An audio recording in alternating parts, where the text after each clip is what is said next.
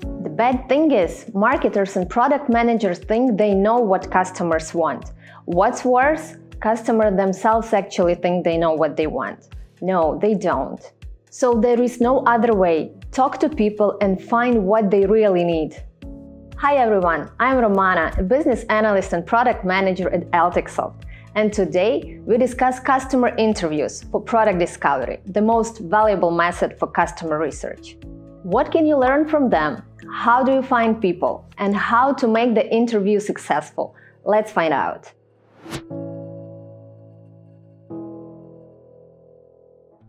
What can we learn from the interviews? 5 main things. Thoughts and opinions about the product, customer work process, the industry they work in, you name it, kinda obvious. Behaviors.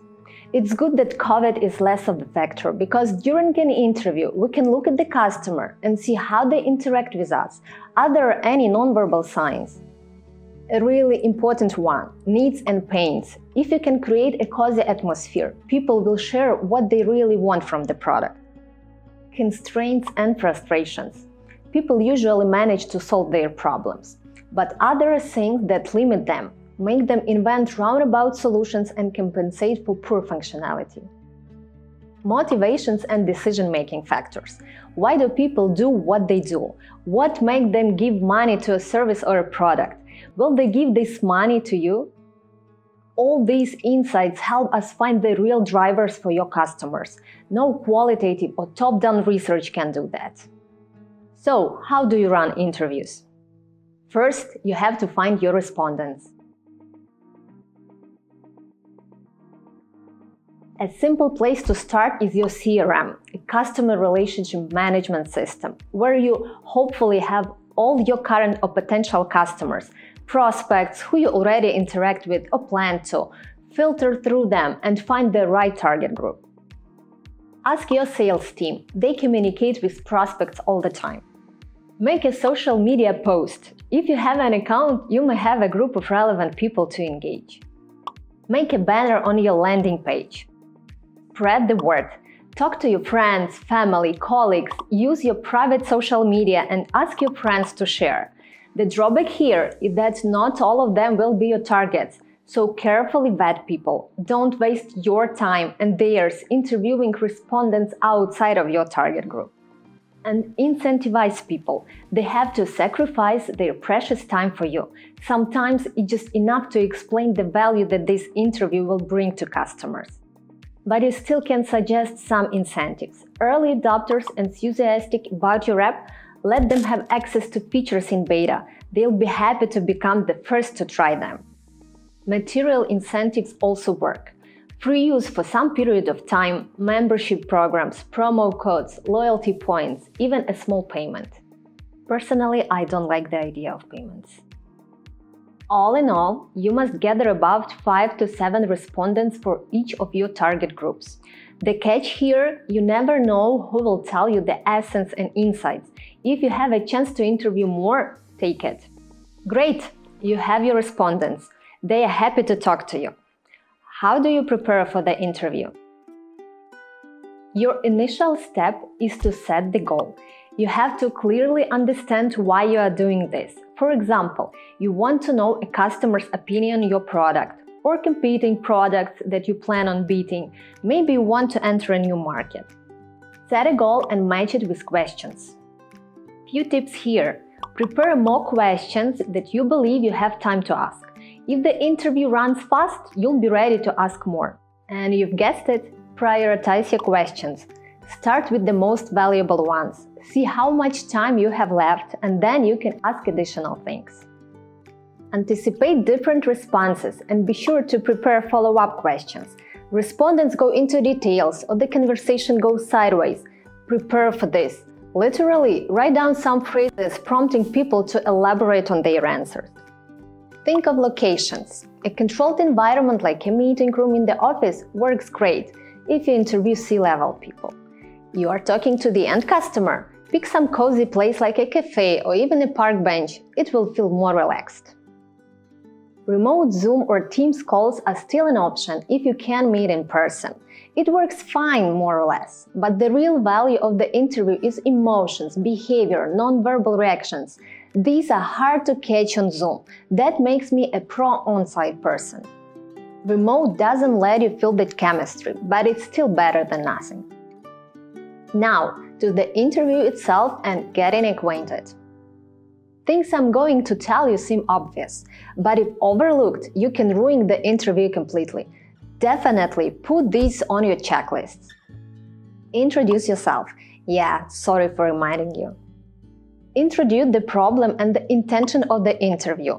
You aren't running a psychology experiment. You don't have to hide your real research purposes. Be honest when articulating the goals. Explain the respondent's role. How exactly will they be helpful?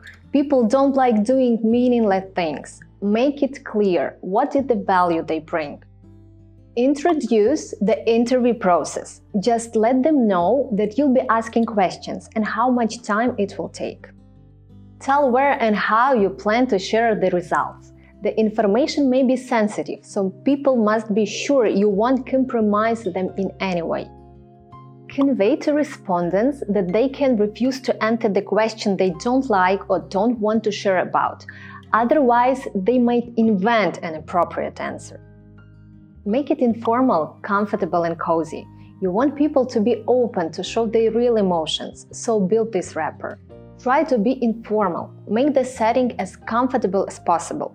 People shouldn't think that you are examining them. Break the ice with a small talk. Weather is a good start. Sports for pros. Now, what about running the interview itself? From the very beginning, make customers feel they can respond the way they want. The simplest way is to say that their critique is welcome and useful to you. They shouldn't be afraid to say things that you may not like. After all, it will make the product better. Ask just one thing at a time to avoid confusion. It will be easier to understand what the respondent is talking about. Then you can clarify with follow-ups. Ask open-ended questions. Let the person tell you the whole story, reflect on their experience, because you want to capture the big picture. This will help when you analyze the interview later. And please, avoid yes-no questions. Such answer may mislead and will lack info. There is one tricky thing about people. They are polite. So, avoid leading questions like, what do you think of having an extra checkbox here? Participants tend to agree with you because they are polite, not because they truly believe what they are saying. Don't tempt respondents to answer what you want to hear, okay? If the person goes into a lot of details, don't interrupt them. Yeah, they may take the conversation a bit off topic. It's fine if they do. Listen to them. Sometimes when respondents digress, they are telling you the most valuable piece of information, things that matter to them. That's what you're there for. When you get answers, keep asking why and clarifying the responses to dig deeper. Normally, you don't get to understand the real intentions and pains before clarifying. You'll get only high-level and on-surface answers that don't touch on the real problem. You need to keep asking why. Say you are building a flight booking engine, and you are asking how much time it usually takes your respondent to complete the booking. When you hear that it's roughly an hour, there are still lots of things to figure out. Is it too much? Which part of the process takes most of the time? Why do they spend 20 minutes reviewing suggested flights? Why do they scroll through at least 30 deals before clicking on any? You have to understand where the real problem is and what it is. Look at emotions. They may be more telling than words. Ask about the recent past, not the future. You don't want people to start imagining things. Let them share their experience over the last 2 weeks. If they go years back, their memories aren't reliable. The same about the future. Don't ask how they'd interact with the feature that you've yet to build. Again, they'll be imagining things. But you still must validate your ideas, so ask how they deal with this very problem that your feature must solve. Say you want to make a price versus trip duration filter in your flight booking engine. Instead of asking how people would be using it, ask how they look for the best deals right now, without that feature. And closure. Ask a person whether they want to see results. You'd expect C-level managers to ask for that, if they are your target audience and plan on purchasing that software. The rest of the employees aren't often interested as much in the results, but it's always worth asking. Finally, analyze the results. There may be different approaches. I would simply write a summary for each respondent. Then I'll define the main problems and prioritize them. But when you're doing a summary, match it up with the goal that you've set up in the beginning. Before signing off, some final tips and tricks for you. Focus on learning. Don't pitch or sell your product to customers. This is a totally different format. I know you're passionate about your work and want to onboard more people. Just know. Listen more, talk less. You're here to learn. Use your ears. Don't be afraid of authority gradient. Sometimes you must interview big bosses and important people.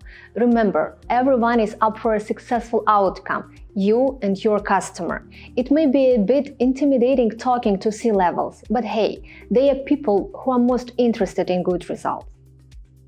Take your colleague with you. A really important tip. It's hard to multitask when you're asking questions, observing, and taking notes at the same time. Have one interviewing and focused on that, and the second one taking notes. Make a video recording. Okay, if you are alone, record your interview, but don't forget to ask for permission. Frankly, people agree all the time. Also, make sure that everything works properly. Yeah, my personal failure, the screen sharing is recorded, but there is no sound. Double check. Even short preparation helps. Sometimes you just don't have time to outline the whole interview. That's happened to me. Well, even brief points help focus your thoughts and direct you. 5 minutes of preparation is better than nothing. Interview as much as possible. You never know who will bring the real insights. A personal example. I had a long day, interviewed multiple people on site, was exhausted, and there was this one department that I thought I could skip. I had enough information already. Well, it turned out they were the most valuable respondents I had. I came out with lots of new insights. Still, it doesn't mean you have to interview a retail store clerk about the company procurement app. But if your respondent is somehow engaged in the topic you are exploring, think of adding another discussion to your schedule. Alright, thank you for watching. Tell me about your interview experience. Do you have any tricks to share?